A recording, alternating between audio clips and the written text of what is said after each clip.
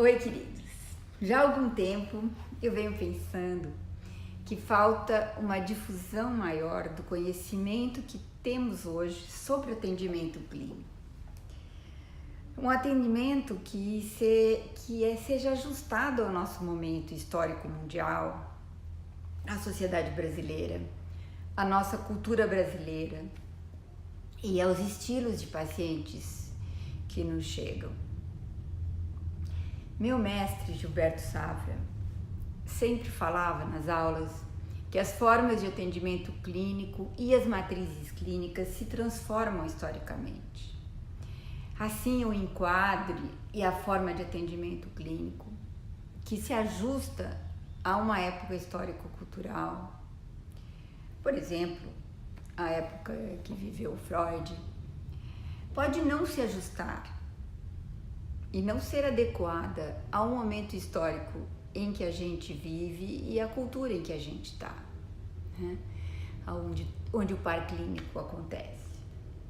Isto sem falar de cada paciente em sua singularidade, né? Que cada paciente demanda uma forma de atendimento específica, um enquadre específico e uma disponibilidade específica. Né? Tanto pelo seu adoecimento como pelo seu estilo singular de ser.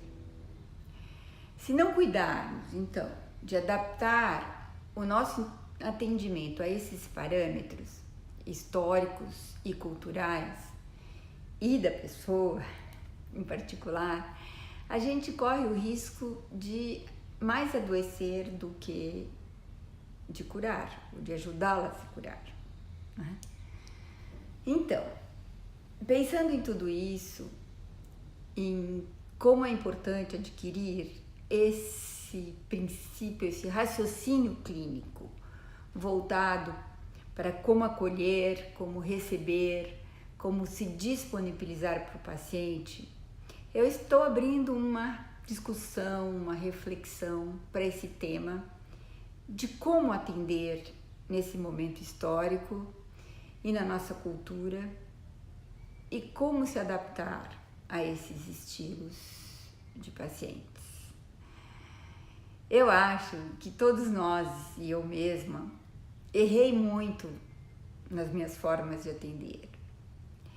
Eu acho que aprendi e quero trocar um pouco o que eu aprendi e quero também aprender com vocês. Não importa qual a teoria e qual o método que a gente usa, é importante entender que há aspectos do atendimento que antecedem a escolha dos métodos e que podem conciliar vários métodos.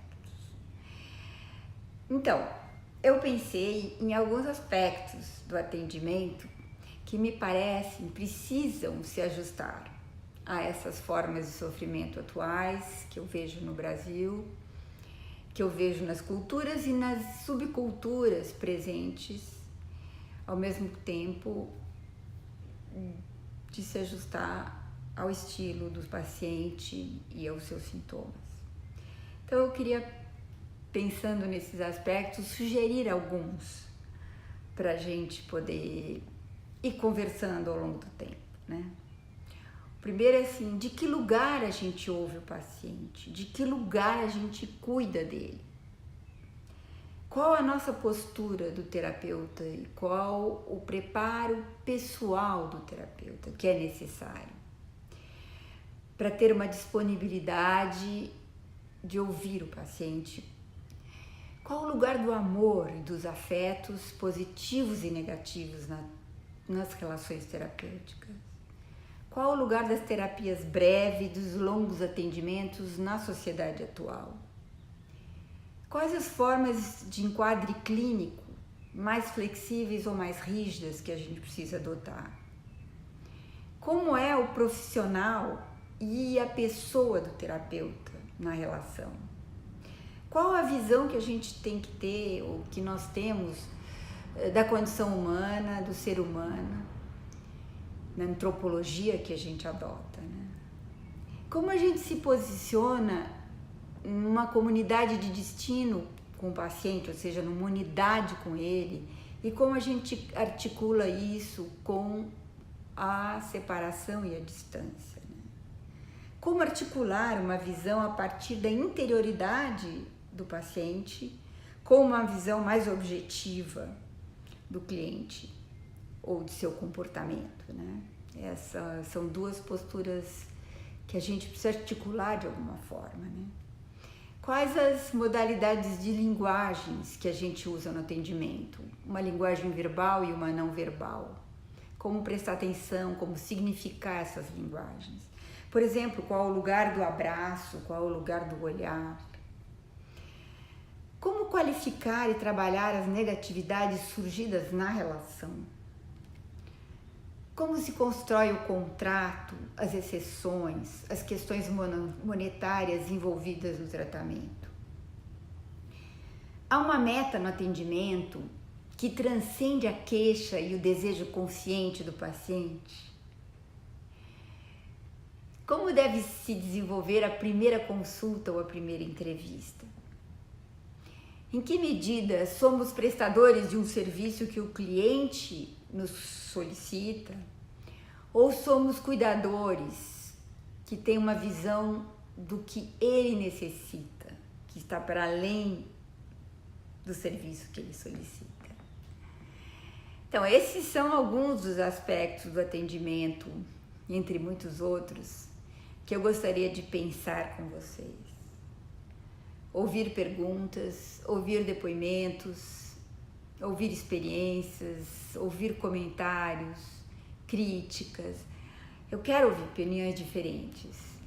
Eu acho muito rica a troca dessas ideias, da dimensão clínica, da dimensão que se centra, sobretudo, nas relações que se estabelecem entre terapeutas e seus clientes. Os mais experientes vão se enriquecer com as trocas que a gente tiver sobre esses assuntos, e os recém-chegados ou candidatos a clínicos, eu acho que podem aprender muito com as nossas reflexões sobre essa dimensão que a gente vive na solidão da clínica e que me parece crucial e que a gente deve trocar. Então eu espero ouvir vocês e eu vou postando as minhas experiências, meus erros, o que eu aprendi com eles, sobretudo o que eu aprendi com os meus mestres.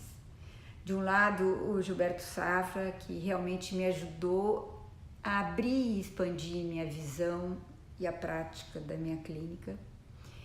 E por outro lado, o Gary Craig, que tem uma intuição e uma criatividade inigualáveis. Ele me mostrou que a cura pela amorosidade não tem limites, mesmo sendo um engenheiro sem formação em psicologia ou psicanálise. É assim que se dão essas conciliações. Obrigada e espero vocês, espero tudo que vocês possam contribuir, trocar, podem divulgar aqui na nossa Academia Clínica.